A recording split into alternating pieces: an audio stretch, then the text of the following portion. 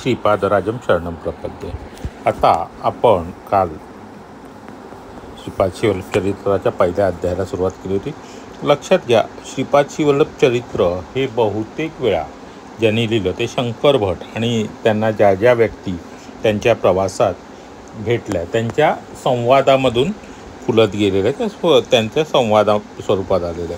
तर जेव्हा हिमालयातील त्या मरुतमधल्या पर्वतामधल्या एका गुहेमध्ये जेव्हा ते शंकर भट गेले आणि तिथे त्या गुहेमध्ये त्यांना जे योगी पुरुष भेटले त्यांनी त्यांना आता हे सगळा कथा भाग सांगायला सुरुवात केली आणि ते काय पुढे म्हणतात, वत्सा शंकर भट सृष्टीच्या आधीपासूनच आदी दाम्पत्य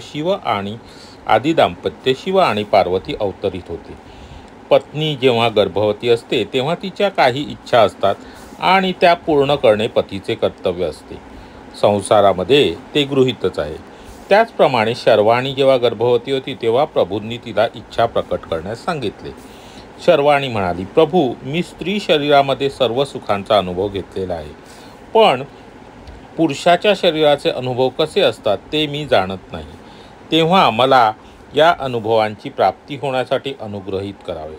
शंकरांनी तथास्तु म्हटले। तत्काळ शर्वाणीचे रूपांतर पुरुषामध्ये झाले। तेव्हा ते महाविष्णूचे रूप होते। गर्भामध्ये असलेल्या शिशूला बाहेर यावयाचे होते तेव्हा महाविष्णूंच्या नाभीतून आणि कमळामधून ब्रह्मदेवाचा जन्म झाला। त्यांनीच सृष्टीची निर्मिती केली। श्री महाविष्णूंनी आपल्या शरीरामधून शर्वाणी नावाची सृष्टी निर्माण केली। देवरहस्य व देवलीला अद्भुत आहेत।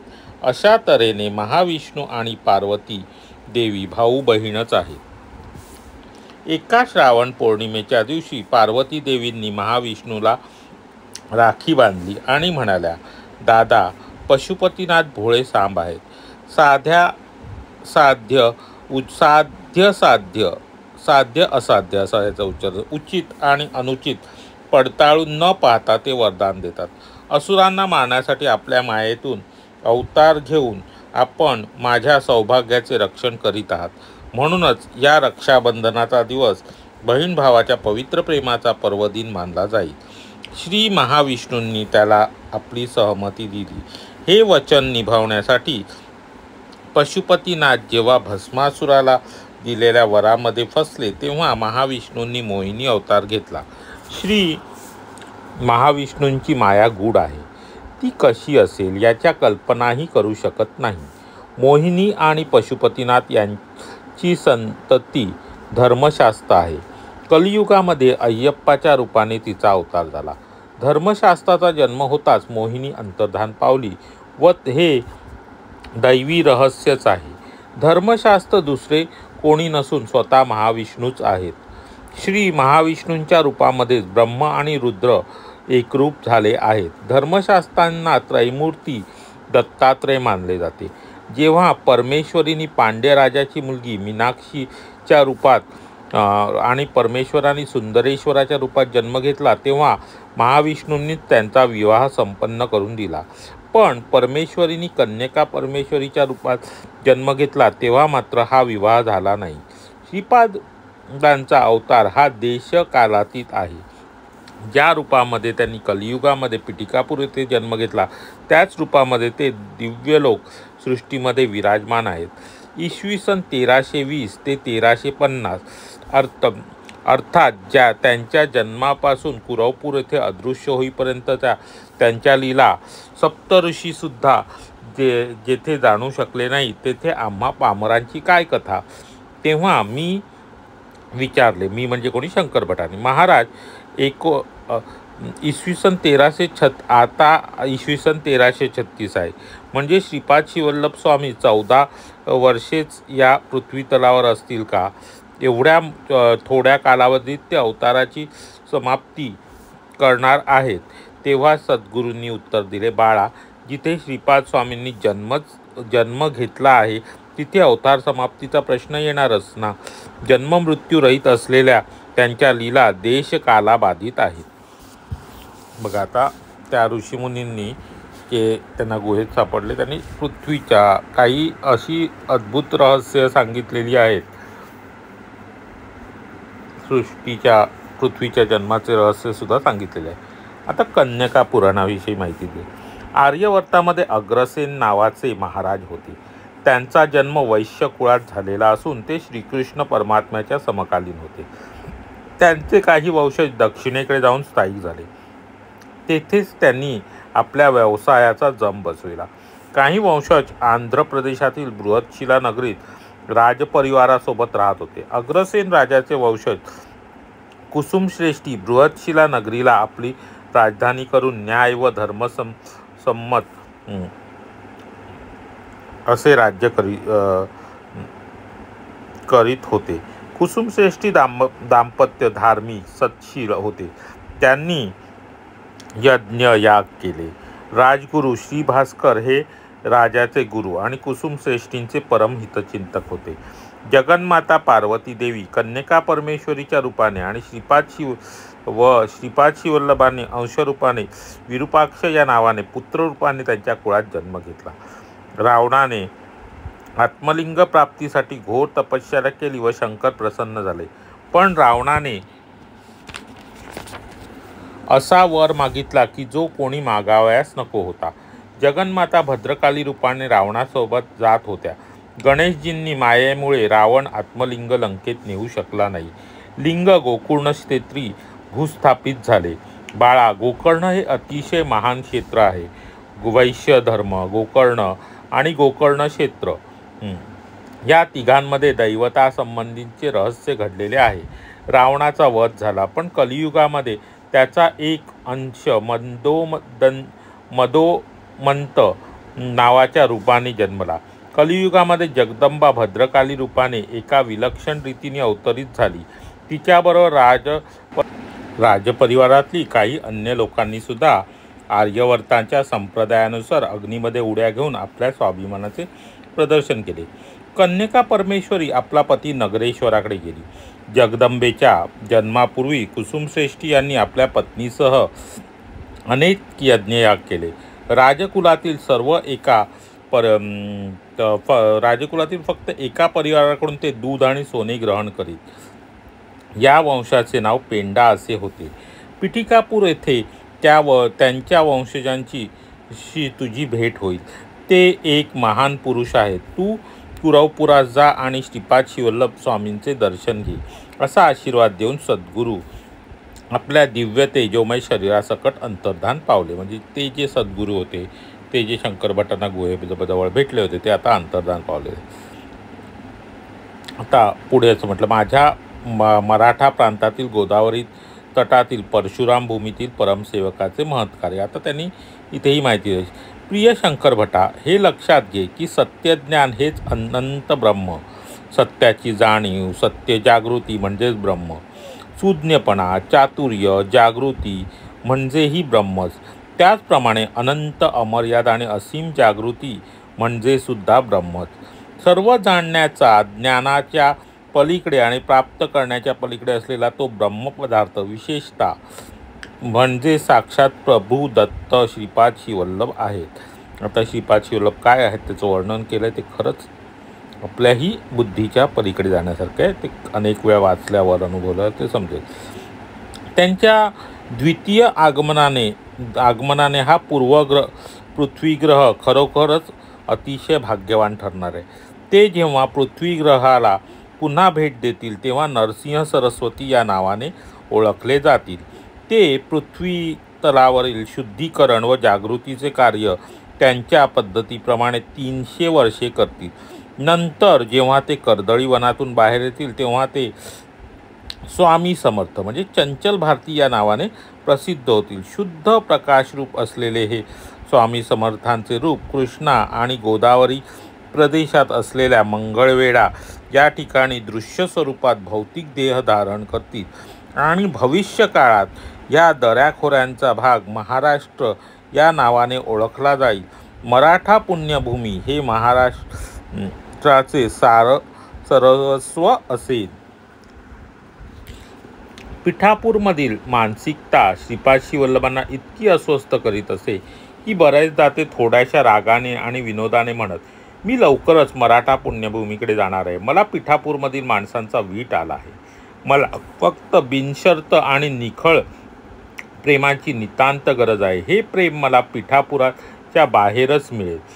माझे भक्त मला बोलवीत आहेत. ते निर्जन प्रदेशातील ओसाड भागात असून संकटात आहेत.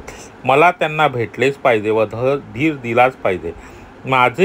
त्यांचे सांत्वन केले पाहिजे. त्यांना सांगितले पाहिजे की हे सह्याद्रीवासी त्यांना हे सांगितले पाहिजे की सह्याद्रीवासी त्यांना विसरले नाहीत. त्यांना प्रार्थना इतक्या आर्त आहेत की त्यासाठी मला दुसरा अवतार घेऊन आशीर्वाद द्यावे लागतील. म्हणजे श्रीपाद श्री वल्लभांचा दुसरा जो अवतार आहे म्हणजे दत्तांचा नरसिंह सरस्वती अवतार तो का झाला त्याचं इथे थोडंसं विश्लेषण केलं आहे. जेव्हा भविष्यातील कार्याबद्दल विचारले जाईल तेव्हा ते म्हणत की आमचे घराणे आमच्या कौटुंबिक परंपरा निरनिराळ्या आहेत. त्यातील प्रत्येक शब्द अगदी 100% बिनचूक आहे, सत्य आहे. श्रीपादांच्या रक्ताच्या नात्याच्या वंशपरंपरा खरोखरच अद्वितीय, असामान्य आणि अतुलनीय आहेत.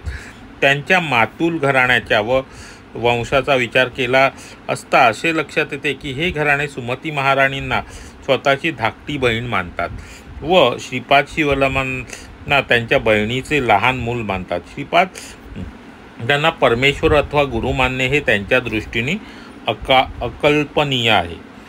परशुरामांच्या भूमीत माणगाव क्षेत्री माझा सेवक व गोदावरी तटाच्या किनारी नाशिक पंचवटी या जन्मस्थानातील परमसेवक पुढे दत्त संप्रदायाचा प्रसार आणि प्रचार करण्याचे कार्य करतील. पंचदेव पहाड येथे दत्त दरबार स्थापनेचे कार्य त्याचप्रमाणे कुसगाव म्हणजे खेड शिवापूर जवळ असलेल्या वाल्मिकी ऋषींनी स्थापन केलेल्या शिवमंदिराचा जीर्णोद्धार, त्याचप्रमाणे साईनाथाचे प्रकटस्थान याची माहिती प्रकाशात आणतील व हे ठरलेल्या कालमर्यादेत होईल. या कार्याला श्रीपाद श्री वल्लभांच्या मातुल घराण्यातील 33व्या पिढीचे मार्गदर्शन लाभेल.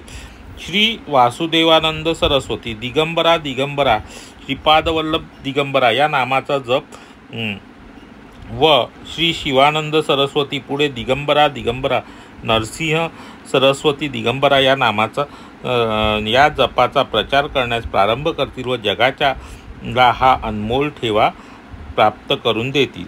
पूर्वीच्या सुवर्णकालीन काळात वाल्मिकी या नावाने प्रख्यात असलेल्या प्रचेतस महर्षींनी एका विशिष्ट ठिकाणी खूप कडक तपस्या केली. त्यावेळी रामनामाचा उच्चार करण्याऐवजी मरा मरा मरा असा उच्चार करू लागले.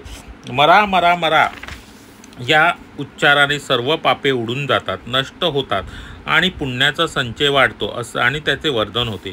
ती विशिष्ट जागा म्हणजे तो भाग म्हणजे महाराष्ट्रातील पुण्यनगर या नावाने ओळखला जाऊ लागला. मरा मरा मराठा या शब्दाचा अर्थ उडून जाणे किंवा नष्ट होणे असा आहे. ते विशिष्ट नगर पुणे या नावाने ओळखले जाईल. त्या भागात बोलली जाणारी भाषा मराठी भाषा म्हणून विख्यात होईल. जेव्हा तुम्ही ती भाषा ऐकाल तेव्हा असे वाटेल की काही माणसे नुसते भांडत आहेत, पण ते भांडत नसून त्यांची भाषा त्या लोकांचा आत्मसंघर्ष सूचित करते, निर्देशित करते. मराठी भाषेच्या पायाभूत रचनेचा संबंध देहभावाच्या, जागृतीच्या, प्राप्तीच्या, उत्क्रांतीच्या प्रक्रियेशी अत्यंत जवळचा आहे. म्हणजेच आत्म्याच्या जागृतीशी तसेच देहातून बाहेर पडलेल्या जागृतीमध्येच वेगाने प्रगती करणार आहे. म्हणून दत्तप्रभूंची अशी इच्छा आहे की मराठी भाषेमध्ये असे सिद्ध ग्रंथ निर्माण व्हावेत. त्यामुळे मानव जातीचे फार मोठ्या प्रमाणावर कल्याण होईल आणि त्यांचा फायदा होईल. त्याचबरोबर तू हेही लक्षात घे की ईश्वराने अर्जुनाला दिलेल्या वरानुसार ज्ञानेश्वरी नावाचा एक महान ग्रंथ मराठी भाषेतून खूप लोकप्रिय होईल असे भाकीत केले. तसेच श्रीपादांच्या आणि नरसोबाच्या म्हणजे नरसिंह सरस्वतीच्या दिव्य जीवनाचा इतिहास मराठीत लिहिला जाईल. त्या ग्रंथाला सिद्ध ग्रंथ म्हणून मान्यता लाभेल. तू हेही लक्षात ठेव की अर्जुनाला पुन्हा एकदा गीता ऐकण्याची इच्छा झाली होती, पण श्रीकृष्ण म्हणाले की ते शक्य नाही. पण त्याचबरोबर त्याने एक वर दिला. परमेश्वराच्या श्रीवाणीची महाध्वनी शक्ती ज्ञानेश्वर या नावाने मनुष्य रूपात जन्म घेईल आणि तो गीताभाष्य मराठी भाषेमध्ये लिहिल. तो ग्रंथ एक महान सिद्ध ग्रंथ म्हणून ओळखला जाईल व मान्यता पावेल.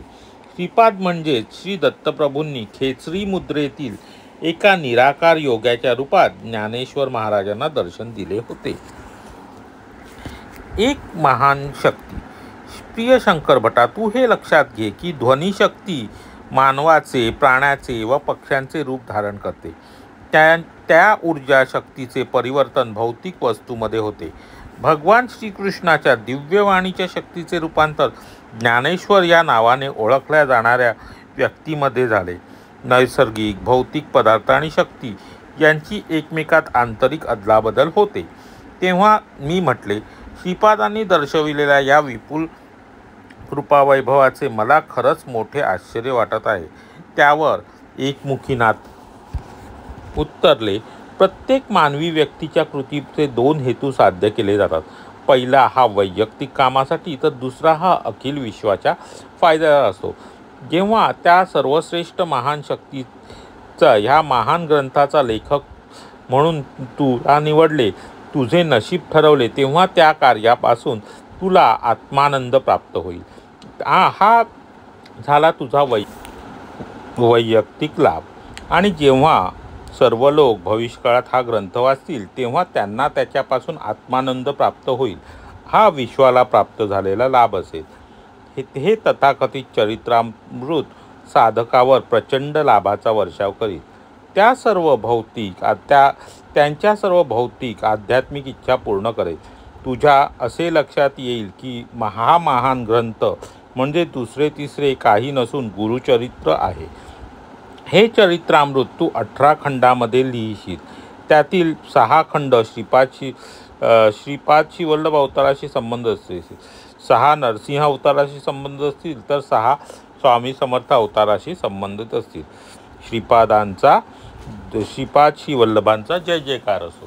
तर आता अशा रीतीने इथे आपला जो अध्याय पहिला होता तो संपलेला आहे. पहिल्या अध्यायामध्ये व्याघ्रेश्वर शर्माचा वृत्तांत सांगितलेला आहे आणि नंतर काही दैवी घटनांचा उल्लेख करण्यात आलेला आहे, ज्या काही वेळेस आपल्याला अकालनीय वाटतील, पण नंतर त्यांनी वाणीच्या शक्तीचं महत्त्व सांगितलेलं आहे. शंकर भटांकडून हे श्रीपाद श्री वल्लभ चरित्र ज्या वेळेला श्रीपाद श्री वल्लभांनी लिहून घेतलं त्याच्यामध्ये 2 हेतू कसे साध्य केले ते सुद्धा सांगितलेलं आहे. आणि या ग्रंथाचं महत्त्व हे त्यांनी इथे सांगितलेलं आहे. आणि अशा या महान ग्रंथाचं थोड्या प्रमाणात का होईना पारायण करण्याचा आपण प्रयत्न करतोय.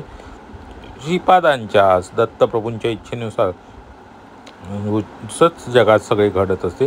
त्यांचा कृपा आशीर्वाद आहे म्हणून आपण आज हा ग्रंथ वाचण्याचे सामर्थ्य ठेवू शकतो, पारायण करण्याचे सामर्थ्य ठेवू शकतो.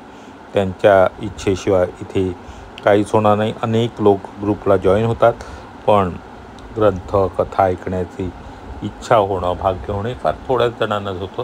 श्रीपाद श्री वल्लभांना मी विनंती करतो की आमचे हे पारायण या श्रावण महिन्यात आपण पूर्ण करून घ्यावे, हीच आपल्या चरणी प्रार्थना. श्रीपादराजम शरणम प्रपद्ये. श्रीपाद श्री वल्लभांचा जय जयकार असो.